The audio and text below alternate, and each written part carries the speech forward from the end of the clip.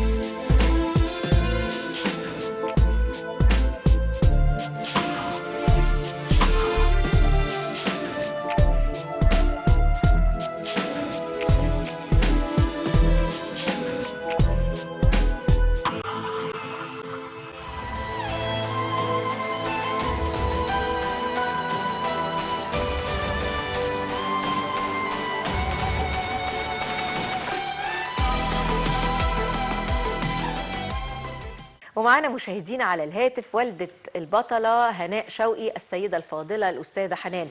أستاذة حنان، مساء الخير. مساء النور، اهلا وسهلا يا استاذه بسنت. أهلا بيك يا حبيبتي، وأنا بشكرك على مشوارك الصعب والملهم. الحقيقة عندنا بطلة اسمها هناء شوقي، وعندنا بطلة يعني خلف الستار اسمها حنان. ربنا يخليكي، ربنا يبارك في حضرتك. تعيشي يا حبيبتي. طيب والله تجربتك. هناء اتفضل. يعني هناء دي الحمد لله، يعني ربنا جعلها حاجه حلوه جدا في حياتنا كلنا، مش انا بس. يعني ده كان تعب الاسره كلها، من الاب من اخواتها. يعني هناء عندها اخ وعندها اخت من صغرهم، وهم كانوا بصراحه معايا وشايلين معايا المسؤوليه. صوتك وطي شوية مدام حنان، علي صوتك. بقول لحضرتك يعني ده نتاج الاسره كلها، ده تعب الاسره كلها، مش انا طبعا. بس. يعني الاب والاخ وفخر والأخت. الأسرة كلها دلوقتي. اكيد. حاسين ان انتوا انجزتوا، حاسين ان في منتج، في محصلة، التعب ده ما راحش هدر. الحمد لله، الحمد لله. كونها ان هي عايشه حياتها طبيعيه زيها زيهم، وراها تمرين بتروح، وراها بروفا في الاوبرا بتروح، وراها اي مشوار خاص بيها. الحمد لله. يعني التعب ان احنا وصلناها انها تعتمد على نفسها زيها زي اخواتها. يعني هم عندهم مشوار وهي برضو عندها مشوار، فده كان الحمد لله. يعني تعبنا فعلا، انجزنا في الاخر الحمد لله. كان هدفنا ان هناء تعتمد على نفسها. طيب كل حاجة. هناء قدرت تعمل ده بالإرادة؟ يعني هي عندها إرادة قوية قوي كده يا مدام حنان؟ اكيد هي شجعتنا وسندتنا على ده. يعني هي برضو الحمد يعني لله. هي اللي كانت بتشجعكم مش العكس؟ لا، كانت هي بتشجعنا وتقول لي لا ما تخافيش، وانا هركب لوحدي يا وهروح حبيبتي. وانا عارفه وانا حافظه. وطبعا بيبقى معاها التليفون وبتابعها بقى. يعني اول ما تركب ترن لي تقول لي انا ركبت، اول ما توصل تقول لي انا وصلت. يعني انا برضه انا عايزه اقول لحضرتك، انا على ما بتروح وبتيجي انا ببقى قلقانه، مش ما ببقاش قلقانه. بس الحمد لله، يعني الحمد لله. ربنا يبعد عنها كل شر وربنا يا رب، يحفظها هي يا رب. وكل اللي زيها يا رب، وكل اللهم بنات مصر امين يا وكل رب. شباب مصر. طيب اللهم ده امين. معناه ان فعلا الإعاقة لا تعيق؟ طبعا اكيد. اكيد الاعاقه بتقوي، الاعاقه بتدي لقدام، والحمد لله ان ربنا قوانا وقدرنا ان احنا وصلنا معاها للخطوه دي. والاعاقه ممكن تكون طاقه كمان يا استاذه حنان. أكيد. يعني هي ادتها طاقه ان هي تكون من اصحاب الهمم في النهايه. الحمد لله الحمد لله. الحمد لله. وطبعا دور الاسره مهم، يعني اكيد هي ادتكم، هي اثرت فيكم وانتوا اثرتوا فيها، انتوا اتعلمتوا منها الاراده والتحدي، وهي اتعلمت منكم ايه. دور الاسره قد ايه مهم في دعم ولادنا من اصحاب الهمم. اكيد اكيد، انا زي ما بقول لحضرتك ده نتاج تعب الاسره كلها، من الاب من الاخ من الاخت. كانوا بيودوها التمارين في الاول لما انا اكون مثلا مش فاضيه او ان انا تعبانه شويه، كل واحد فيهم كان مخصص له جزء من وقته ليها، سواء الاب سواء الاخ ممتاز. سواء الاخت، كان كله بيساعد. كان كل هدفنا ان احنا نوصل بهناء ان هي تعتمد على نفسها، فالحمد لله. طب ايه الصعوبات اللي واجهت هناء في البدايه واستطاعت ان هي تتغلب عليها يا استاذه حنان؟ والله طبعا احنا في الاول اول ما عرفنا بالموضوع خالص، اول ما اتولدت هناء لما كان وكده عمرها طبعاً. سنتين اظن انت برضو ابتديتي معاها بدري.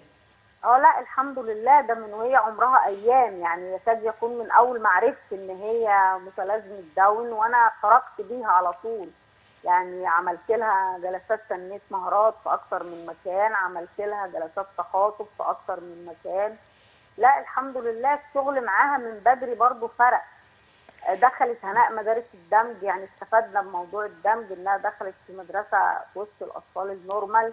ده فادها كتير برضه في التعامل مع الولاد، واداها ثقه، واداها يعني ان هي تبقى تقدر تعتمد على نفسها، بقت تشوف الولاد النورمال بيتعاملوا ازاي تتعامل زيهم. قضت حياتها كلها ابتدائي واعدادي وثانوي الحمد لله. فده فادنا جدا، يعني وجودها في وسط النورمال ده اداها ثقه، اداها اعتماد على النفس، اداها الحمد لله. وكنت ممشيه ده بجانب الرياضه. طبعا يعني طبعا كنا ممشيين بنمارس الرياضه. انا بتمارس رياضه من وهي عمر 9 سنين. طبعا طبعا. يعني طيب التحقنا قد الاول في ايه نادي. قد ايه الرياضه دورها مهم؟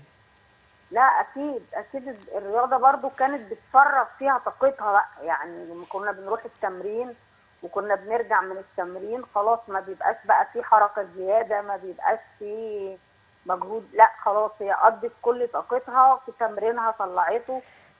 فده لا فادها كتير، ساعدها برضو على الانتباه، ساعدها على التركيز. طب تنصحي يعني الاسر اللي عندهم ولاد ظروفهم شبه ظروف هناء ان هم يخلوهم يتجهوا للرياضه، وان هم كمان يبتدوا معاهم بدري مع المراكز والجمعيات في التخاطب ومدارس التربيه الفكريه والى اخره؟ اكيد طبعا، والدنيا دلوقتي اكتر كمان، يعني الموضوع المراكز وموضوع تواجدت والانديه اكتر ما كنت انا بادئه مع هناء. يعني احنا لما هنرجع مثلا هناء النهارده عمرها 21 سنه ما شاء الله، عملت ومتفوقه دراسيا. انا سامعه ان هي محققه يعني نتائج كويسه جدا في كليه الاداب في جامعه القاهره. الحمد لله. وشاركت برضه في بطوله البطولات مع تبع الجامعه. يعني كانوا قالوا لنا ان في بطولات بتتعمل تبع الجامعه وخدوها معاهم. شاركت مره في بطوله العاب قوه، وشاركت في بطوله السباحه، والحمد لله حققت برضه ميداليه فضه في ايفنتين في السباحه، وحققت برضه ميداليه ذهب، 2 ذهب في العاب القوه. ممتاز. واظن ان هي اشتركت برضو مع الاتحاد المصري للاعاقات الذهنيه، مش كده؟ لا ده سنويا الحفله اللي بتعملها الباشمهندسه امل دي سنويا هي معاهم. هناء حابه الاستعراض، بتشترك في الاستعراض، بتتعمل فقرات في الاستعراضات، فهي هناء بتشترك معاهم من اول ما الحفله اتعملت، وهي الحمد لله معاهم يعني. ما شاء الله. اظن هي يعني اشتركت في حفلات يعني شاركت في الاوبرا كمان وفي كورال الاوبرا. ايوه اشتركنا في الاوبرا في الكورال، عاملين برضو هناك نشاط في الاوبرا لذوي الاحتياجات الخاصه. مدام ميرفت عامله هناك نشاط بصراحه، وعامله مجهود حلو جدا مع الولاد. وهي هناء ضمن الكورال، يعني في ولاد طبعا بيبقى عندهم مقدره ان هم يغنوا فردي، لكن هناء ضمن الكورال اللي هم بيبقوا الكورال اللي بيرد مع اللي بيغني يعني. طبعا اشتركنا معاهم في كذا حفله يعني.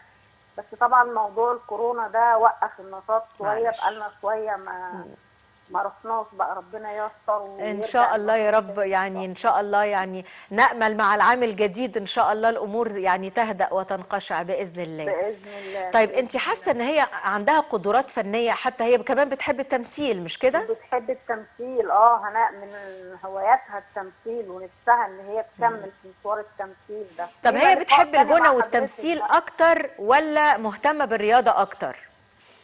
والله هي الرياضة بالنسبة لها هناء تعتبر حياة، يعني زي ما تقولي حضرتك بادئة فيه من عمر 9 سنين، وهي رايحة التمرين جاية من التمرين رايحة. فزهقت من السباحة وزهقت. كانت حبت السلة برضو، اشتركنا مع مركز شباب الجزيرة في فريق السلة. مهم. لعبة سلة كان الاتحاد سامح ان يبقى الولد او البنت مشترك في لعبتين، في لعبة فردية ولعبة جماعية، فهي هناك كانت بتلعب سباحة وبتلعب سلة.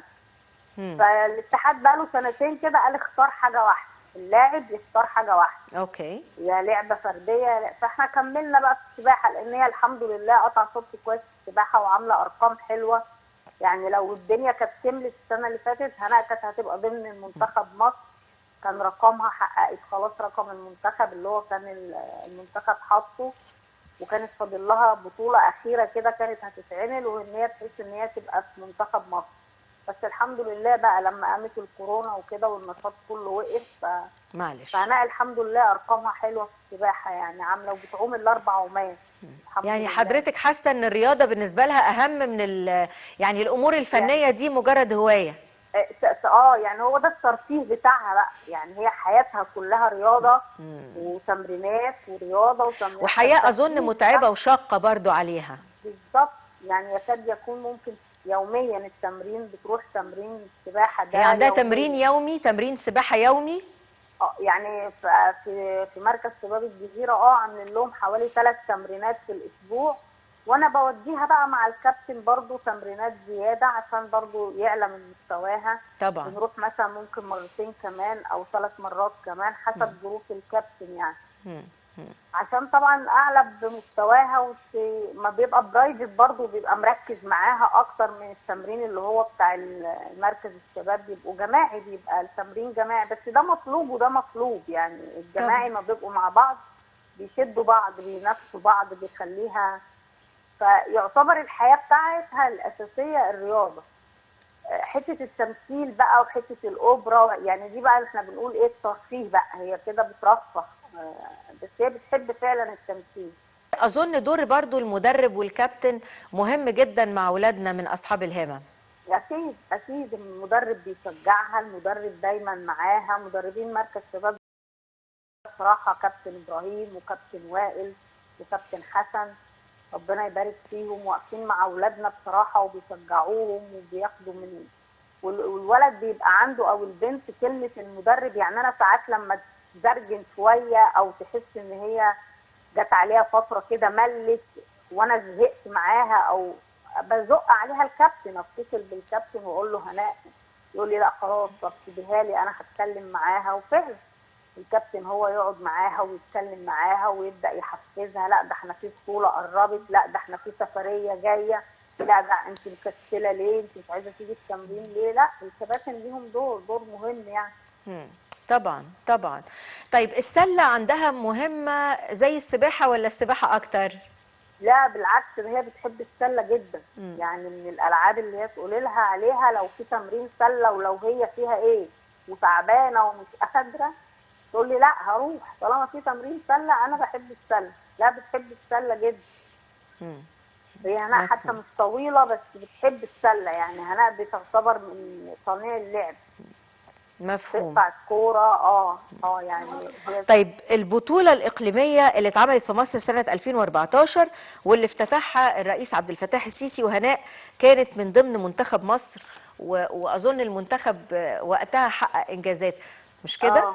اه كانت دي تعتبر تبع الاولمبياد الخاص. البطوله الاقليميه دي اللي كان بينظمها الاولمبياد الخاص، وكانت هناء طلعت ويعني كانت عملت مركز اول في البطوله وطلعت ضمن منتخب مصر. ممتاز. وقابلت سيادة الرئيس؟ كان حاضر هو الافتتاح بتاع البطوله نفسها، كان معمول في الاستاد وكان هو حاضر الافتتاح. هم حتى كانوا واخدينهم مننا، يعني قعدوا معاهم هناك حوالي 14 يوم او 15 يوم قبل كويس. البطوله يعني. وأدت البطولة وخدت ميداليتين فضة في البطولة الإقليمية ديت الحمد لله في الحمد السباحة. لله. طيب والحمد لله. اشتركت هي كمان في قادرونا باختلاف؟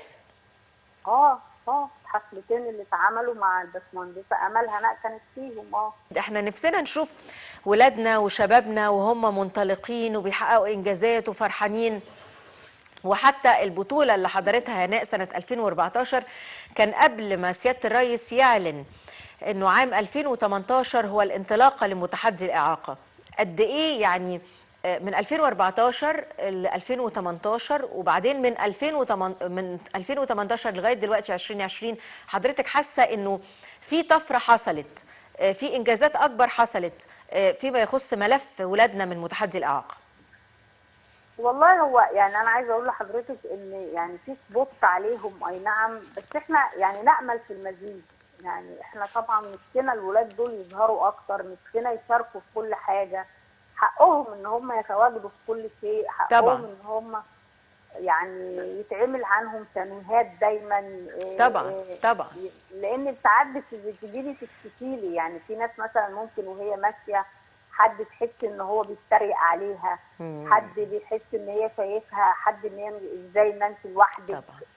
فيعني برضه يا ريت بنطلب من الاعلام، وانت طبعا اكيد جزء طبعا منه، شويه تنويهات كده عن ولادنا دول، ازاي الناس طبعا تتعامل معاهم، ازاي نساعدهم. مش مجرد تنويهات، احنا عاملين برنامج كامل، وطبعا بننتقد وبنناهض اي تنمر يمارس على اي مواطن لاي سبب من الاسباب، عشان جنسه، عشان دينه، عشان لونه، علشان مختلف. لان ما احنا مش كل ربنا خلقنا مختلفين، وفي اختلافنا أكيد. رحمة. اكيد. يعني طب بنتمنى حضرتك المزيد. حاسة ان وعي المجتمع اتطور شوية يا استاذة حنان؟ حاسة ان موضوع التنمر ده قل شوية ولا الى لسه؟ حد ما بس محتاجين اكتر، يعني احنا محتاجين اكتر. يعني يا ريت بتمنى مثلا مراكز الشباب، يا ريت يبقى في كل مركز شباب لازم يكون في نشاط للاحتياجات الخاصه. طبعا. يعني ما يبقاش مثلا مركز، طبعا لا، على مستوى جميع المحافظات طبعا. كل مركز شباب. يعني الوزاره بقى، يعني ده دور وزاره الشباب، تضغط وزارة على الشباب المركز. عاملة كمان دعم لوجستي اظن كبير لاولادنا، ووزارة الثقافة المصرية كمان. انا برضو من ضمن يعني الانشطه اللي هناء مشتركه فيها ضمن اصول الثقافه، مشتركين مع فرقه مسرحيه ممتاز. احنا واحد، واتكرمت برضو من سياده وزيره الثقافه، كرمتها، خدت شهاده تقدير عن الدور اللي هي كانت عاملاه في المسرحيه. فرقه احنا واحد عباره عن مجموعه اعاقات مختلفه، يعني البصري، السمعي، الحركي، الذهني، جميع الاعاقات في الفرقه دي، وزائد النورمال. يعني ممتاز. الفرقه نفسها بتشمل جميع الاعاقات، الدمج فيها دمج تقصدي؟ دمج كله. تمام ممتاز، ده مهم وده مهم. تبع اصول الثقافه، يعني هي فرقه احنا واحد تبع اصول الثقافه. تمام. مع وزاره أنا بشكرك. هو بالفعل يا أستاذة حنان في تكاتف من كل مؤسسات الدولة الرسمية وأيضا الجمعيات الأهلية والمجتمع المدني لدعم ولادنا من أصحاب الهمم، لأنهم بالفعل قادرون باختلاف. أنا بشكرك جزيل الشكر يا أستاذة حنان على تعبك مع هناء، على انك صنعتي مواطن انت واسرتها نافع في المجتمع، ما هماش كمالة عدد، ما هماش كائنات يعني او ناس معطلة مثلا او جهدها معطل، بالعكس هم فاعلين وبالفعل هم قادرون ولكن باختلاف. انا بشكرك جزيل الشكر يا استاذة حنان. شكرا يا استاذه بسنت، وعلى وعد من حضرتك ان شاء الله لما تتفك الكورونا ده هناء تبقى مع حضرتك طبعا. في حلقه بقى، يا ريت لو تقدر تتكلم بطلاقه من غير ما يكون عندها حرج او تلعثم، على راسي. يا ريت تشرفنا وتنورنا هناء، وتكون حققت انجازات اخرى وتيجي تتكلم بنفسها عن انجازاتها باذن الله. باذن الله ان شاء الله يا حبيبتي. انا بشكرك جزيل الشكر، وسلامنا لهناء حتى نلتقي. وتابعونا دايما مشاهدينا، وتابعينا يا استاذه حنان. خليكم معانا دايما على شاشه الفضائيه المصريه وبرنامجكم صناعه الامل.